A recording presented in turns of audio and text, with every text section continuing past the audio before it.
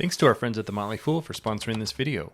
Visit fool.com/ASYM for the top 10 stocks to buy right now. We know that Disney has gone through a number of challenges, even just in the last 6 months. The battle with Charter, which ultimately ended with them not distributing as many linear TV channels on their cable networks, allowing Charter to include some of the streaming services for their cable subscribers. At the same time, cord cutting means that linear networks, including ESPN, are starting to get in financial trouble. Still profitable, but definitely not as profitable as they once were. And now you have things like negotiations with the NBA coming up.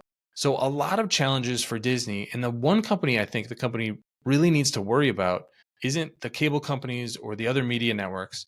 It's actually Alphabet and YouTube, where you're watching this right now. So that's what I want to dig into today. My name is Travis Hoyam. Thanks for watching Asymmetric Investing. Please subscribe here on YouTube for all my content. And thanks to this video sponsor, The Motley Fool. I've got a link below and in the show notes to fool.com/ASYM, and you can find their top 10 stocks to buy right now. Now back to these changes in the media landscape. If you think about YouTube's business model is very different than what Disney is doing.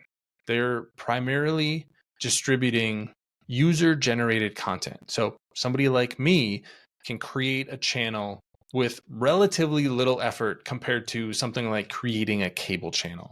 Don't need to have a staff. You need a camera, maybe a microphone and a light, and you can reach up to 1 billion users. That is what user-generated content is. That is how YouTube has grown. It's how Facebook has grown. It's how Twitter has grown. While YouTube pays the creators for some of the ad, they share some of the ad revenue.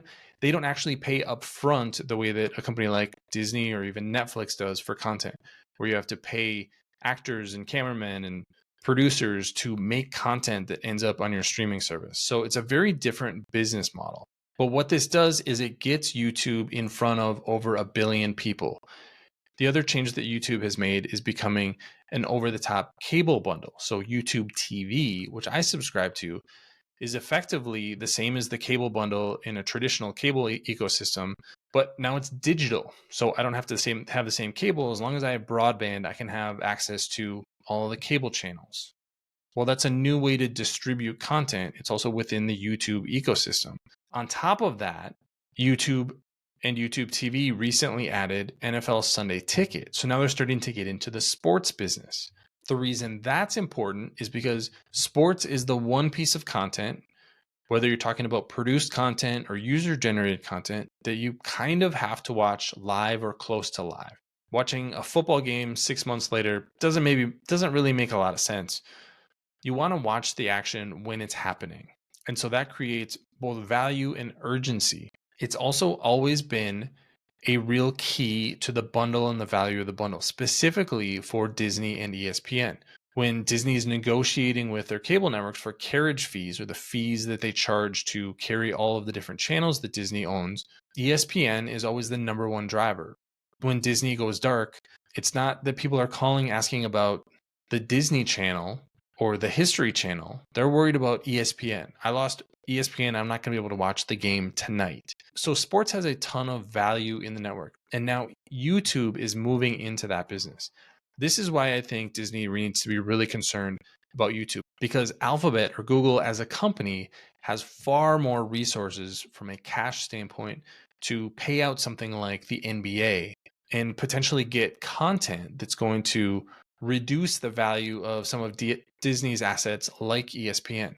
Now, if ESPN can strike a deal with the NBA and become a go-to sports channel, that could be the hub for their bundle services, and they can add Disney Plus and Hulu to that and possibly create a next generation cable bundle with sports at the center, drive a lot of value, drive a lot of advertising revenue, and a lot of urgency for consumers, and really grow that pie. But YouTube is playing a little bit of a different game because their core business is videos like this one, user-generated content, and they're just trying to tack on as much of that sports content as they can to try to eat away and not let a company like Disney be as powerful. So that's why I think YouTube is actually going to be the company to watch in a lot of these sports negotiations.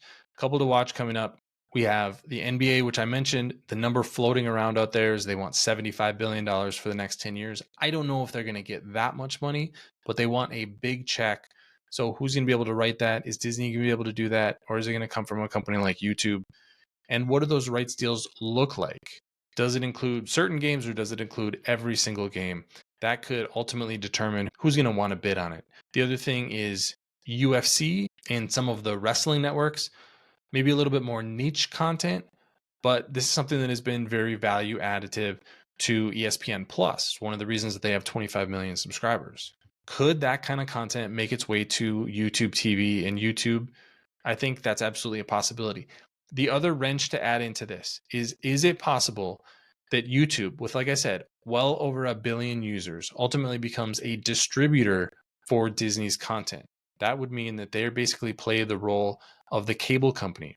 Instead of going directly and signing up for Disney Plus or ESPN over the top directly, you have a channel within YouTube or YouTube TV where you're subscribing to these services. We've seen this with something like Amazon Prime. So the playbook is out there, but that's something that YouTube is starting to experiment with.